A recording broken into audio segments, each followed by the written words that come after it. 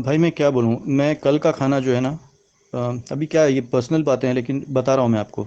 इतना ज़बरदस्त बिजी चल रहा हूँ मैं। कल का खाना 5:30 बजे खाया था। आज का खाना, मैं दोपहर के खाने की बात कर रहा हूँ। दोपहर का खाना 5:30 बजे खाया है मैंने। और आज के दोपहर का खाना मैं 7:30 बजे खाया हूँ। क्यों? टाइम नहीं है। मेरे खुद के काम है, फार्म का मेरा काम चल रहा है, उसके बाद में वीडियोस बनाना है। उस वीडियोस बनाना तो बात आगे की चीज़ है। उसके पहले जितना टाइम मेरे को वीडियोस बनाने में लगता है, उसका 4 गुना टाइम मेरे को स्टडी में लगता है। उसके बाद में मुझको कोई चीज़ में प्रॉब्लम होती है, कुछ चीज़ समझ नहीं होती है, तो 2-3 अलग अलग एक्सपर्ट्स के वो सारी चीज़ें डिस्कस करता हूँ, वो सब करता हूँ। उसके बाद में कहीं जाके कोई वीडियो बनाता हूँ। और उसमें ये ऐसी कहानी होती है ना, तो मतलब एकदम अच्छा। उसके साथ में टेलीग्राम्स के सबके रिप्लाई करना है, खाली आप एक नहीं है, और भी बहुत सारे हैं।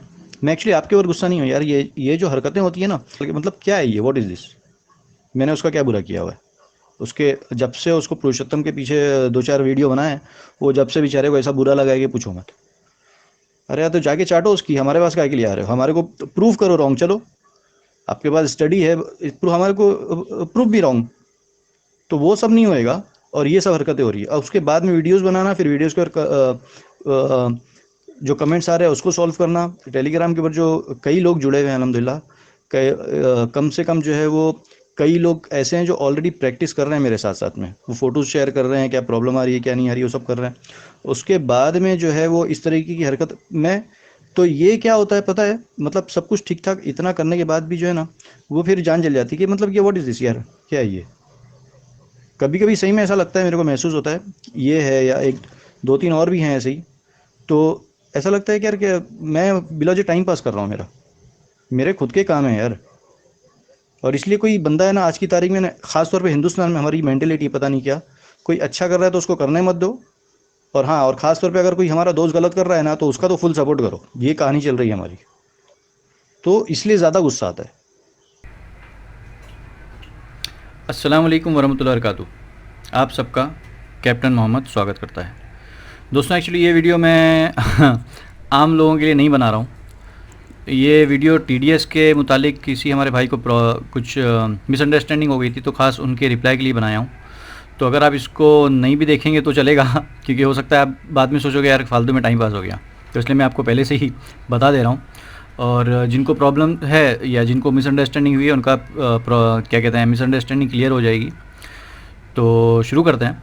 इस मैंने पिछले वीडियो में मैं पॉइंट नंबर 2 कहा था टीडीएस, कि हमारे किसी भाई को टीडीएस को लेकर मिसअंडरस्टैंडिंग हुई है।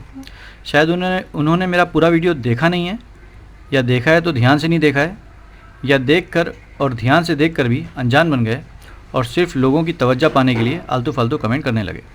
खैर, जो भी है, मैं उनसे कहना चाहूँगा कि भाई पहले ठीक से देखिए कि मैंने क्या कहा है। मैंने कहा है कि टीडीएस को देखना छोड़ दो, बिल्कुल साफ कहा है।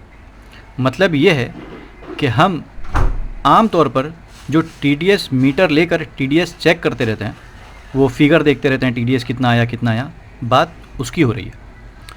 और आगे मैंने ये भी कहा है कि अगर देखना ही है तो पानी की एल्कलिनिटी देखो, सैलिनिटी देखो। दूसरी बात यह है कि उम्मीद करता हूँ कि आप टीडीएस का फुल फॉर्म तो जानते ही होंगे।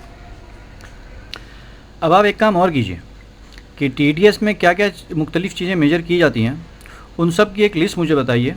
और साथ ही साथ बायोफ्लॉक में उन सारी चीज़ों की एनएल कितनी होती है और सीएल कितना होता है वो भी बताइए। और हाँ, ये सब आपको बताना है किसी ऑथेंटिक साइंस जर्नल से, या किसी ऑथेंटिक रिसर्च पेपर से, या किसी पीएचडी के लिटरेचर से, या किसी फेमस ऑथर की बुक में से जिनका ताल्लुक़ साइंस से हो। तो जनाब, आप इन जगहों में से किसी भी जगह से आप ये प्रूफ करिए जो मैंने आपसे कहा है। यूट्यूब वाले चूरन मुझको मत बेचने की कोशिश करना, क्योंकि ख़रीदना तो दूर की बात, मैं फ्री में भी चूरन एक्सेप्ट नहीं करता हूँ। और हाँ, मेरे ख़्याल से आपको एनएल और सीएल का मतलब नहीं समझ में आया होगा। कोई बात नहीं, मैं हूँ ना आपकी मदद के लिए। एनएल का मतलब होता है नॉर्मल लिमिट, और सीएल का मतलब होता है क्रिटिकल लिमिट। तो समझ गए आप? तो मेरे प्यारे भाई साहब, ज़रा ये चीज़ पहले ले आइए, फिर आपको आगे का सबक दूंगा। ABCD नहीं, पूरा Z तक काम करेंगे अपन, ठीक है ना भाई? क्या बोलूँ यार। आप मुझे एक बार नहीं 10 बार सवाल कीजिए। मैं अगर कहीं आपको गलत लग रहा हूँ तो अच्छे से तमीज़ के दायरे में रहते हुए, अल्फाज का ख्याल रखते हुए ज़रूर मुझसे पूछिए और अपना कन्फ्यूजन दूर कीजिए। मैं 10 बार नहीं 20 बार आपके सवाल का जवाब दूंगा, नो प्रॉब्लम। मुझे भी पता है कि सब यहाँ माँ की पेट से सीख कर नहीं आते। पर अगर कोई एक्स्ट्रा स्मार्ट बनकर मुझको चैलेंज करता है तो फिर मैं उससे थोड़ा सा अलग तरह से बात करता हूँ। आपकी बदतमीज़ी से ज़्यादा तकलीफ़ मुझे इस बात पर हुई कि आपने मेरा वक्त बहुत ज़ाया किया। आम जनता को कोई सिस्टम फ्री में एक एक करके समझाना, आम भोले भाले लोगों को चूरन और रॉन्ग नंबरों से बचाना, अपना टाइम निकाल कर वीडियो बनाना, कमेंट्स का जवाब देना, टेलीग्राम पर कई 100 लोगों को अटेंड करना, उनके प्रॉब्लम सुनना, उनको रिप्लाई करना, उनके प्रॉब्लम सॉल्व करना और ख़ुद अपने बैकलॉग की प्रैक्टिस यहाँ पर करते रहना और फार्म पर अलग काम करते रहना और कोशिश करते रहना, खाने का काम नहीं है भाई साहब, जनाब आली, खाने का काम नहीं है। और जिस रात आप ये या जिस दिन आप ये हरकतें कर रहे थे, उस दिन लाइफ में पहली मर्तबा दोपहर का खाना काम की ज़्यादती की वजह से मैंने 7:30 के बाद यानी तकरीबन 8 या 8:15 बजे खाया। और खाली उसी दिन मैं बिज़ी नहीं था, उसके एक दिन पहले और इसी तरह बिजी था, लेकिन उस दिन मेरा दोपहर का खाना 5:15 या 5:30 बजे हुआ था और उस असर की नमाज़ के पहले।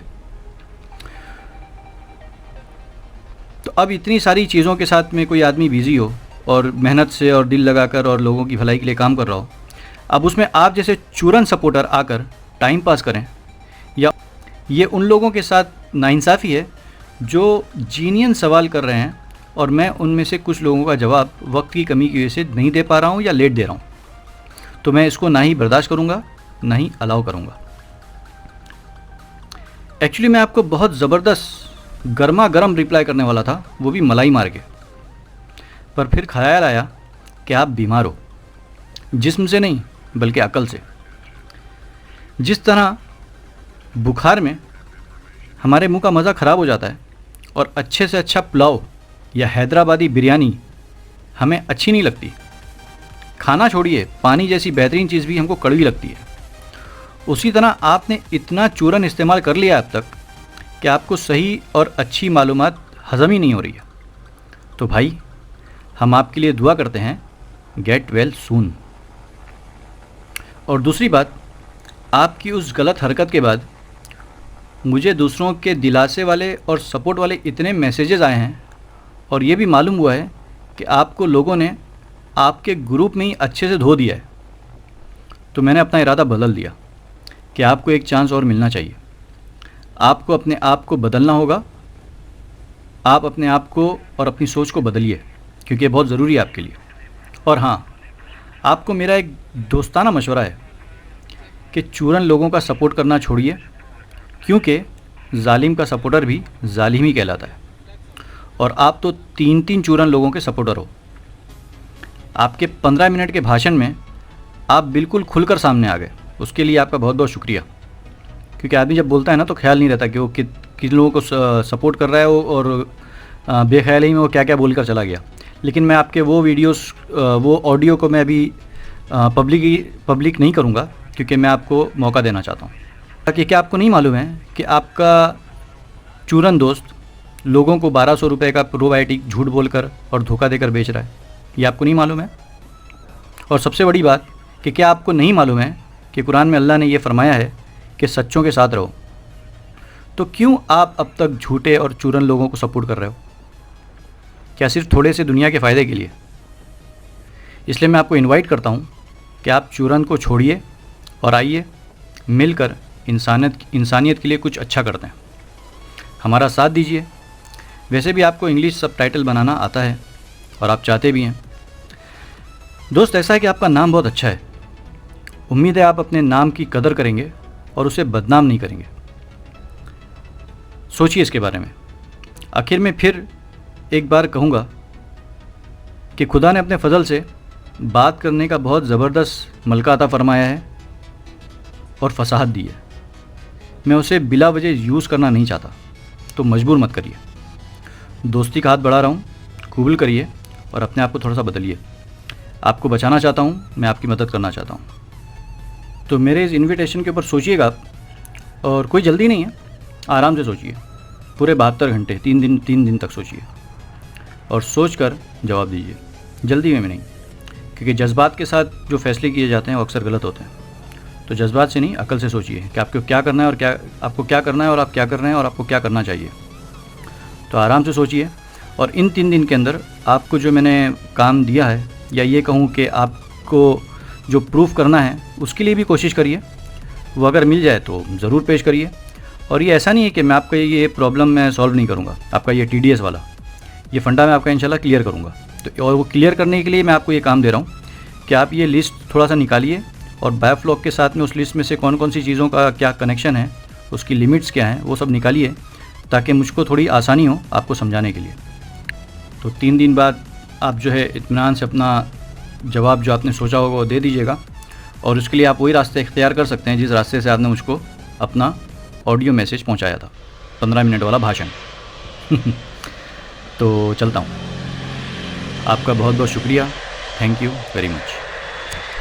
अस्सलाम वालेकुम वरहमतुल्लाहि वबरकातुहू। आपका दोस्त कैप्टन मोहम्मद। लो क्या? हाँ हाँ, अच्छे लग रहे हैं ना टोपी चेंज करो ज़रा तुम लोग। दोनों? हाँ, क्यों? टोपी चेंज करके देखता हूँ। एक्सचेंज करें? हाँ मैं लेके ना। हाँ। क्या वादा कर रहे हैं तलाब आ जाओ। उनको सफेद टोपी पहना रहे।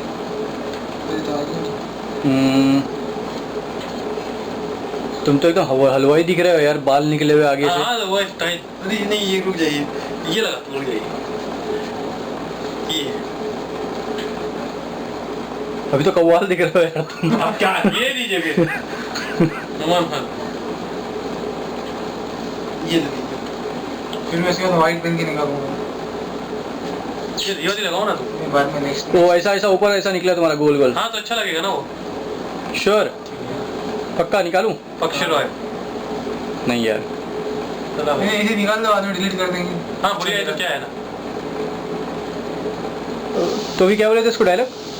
टोपी निकाल रही हैं, डाल रही हैं, मतलब कुछ तो ही बोले थे ना तुम इसको। क्या कर रहा है? क्या कर रहे हैं? क्या कर रहा है तलाब भाई? आप टोपियाँ करवा रहे हैं हम। चलो निकालूं। तुम क्या बात कर रहा है?